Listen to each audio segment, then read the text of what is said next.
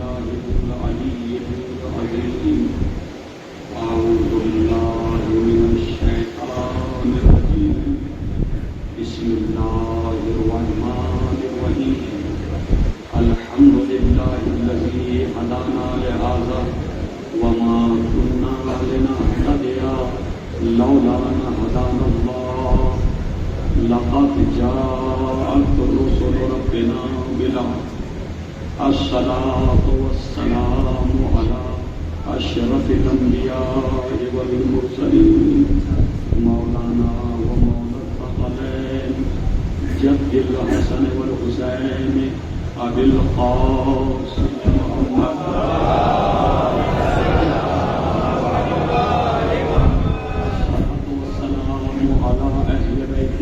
الطيبين الطاهرين المعصومين المظلومين المنتجبين المنتخبين ولعنة الله على أعدائهم ومنكر فضائلهم وغاصب حقوقهم أجمعين من ليلتنا إلى قيام يوم الدين أما بعد فقد قال امام الحسین علیہ الصلاۃ والسلام في وصیته لأخيه محمد بن الحنفیہ یا اخی انی لم اخرج عشرا ولا بطرا ولا مفسدا ولا ظالما انما خرجت لطلب الاصلاح في امة جدی رسول اللہ صلی اللہ علیہ وآلہ وسلم وأريد أن آمر بالمعروف وأنهى عن المنكر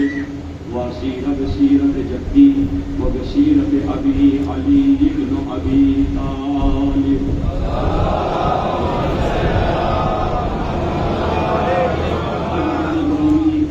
آج کی مجلس اس خمسہ مجالس کی آخری مجلس ہے اور اس سے پہلے کی مجالس کے معروضات و گزارشات آپ کے اذہان عالیہ گفتگو ہو رہی تھی امام حسین علیہ السلام کے وصیت نامے کے ان بابتوں پر کہ جس میں امام حسین علیہ السلام نے کربلا جانے سے پہلے کربلا کے مقاصد اور اہداف کو پوری انسانیت کے سامنے اس وصیت کے طور پر رکھا کہ کربلا جانے کا ہدف کیا ہے، مقصد کیا ہے. اب مجھے دہرانے کی ضرورت نہیں ہے، کئی بار ترجمہ پیش کر چکا ہوں اور مختصر کرتے ہوئے کہ نہ شر پھیلانے کے لیے نکل رہا ہوں، نہ بغاوت مقصود ہے، نہ ریاکاری مقصود ہے، نہ فتنہ و فساد مقصود ہے، نہ کسی پر ظلم کرنا مقصود ہے. ان ساری چیزوں سے امام حسین علیہ السلام نے انکار فرما دیا اور اپنا ایک ہدف قرار دیا. اور یہ کوئی ایسا کلمہ ہے انما تو ماشاء اللہ کیونکہ فائز صاحب کی 10 منٹ 15 منٹ کی تقریر اور یقین جانیے کہ ایک شاعر کی، ایک خطیب کی، ایک عالم کی تنقیدی نظر ہونا بہت ضروری ہے کیونکہ تنقید ہی تعمیر کرتی ہے. صلاۃ علی محمد وعلی محمد.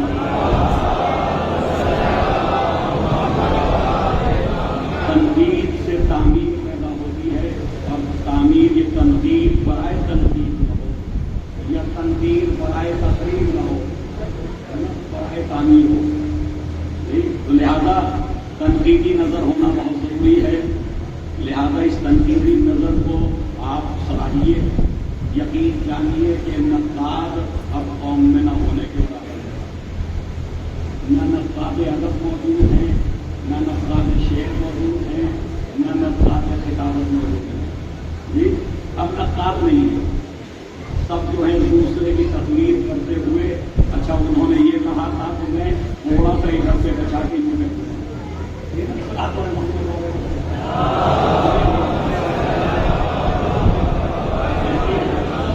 زمین غالب کی ہے، ذوق کی ہے، جگر کی ہے.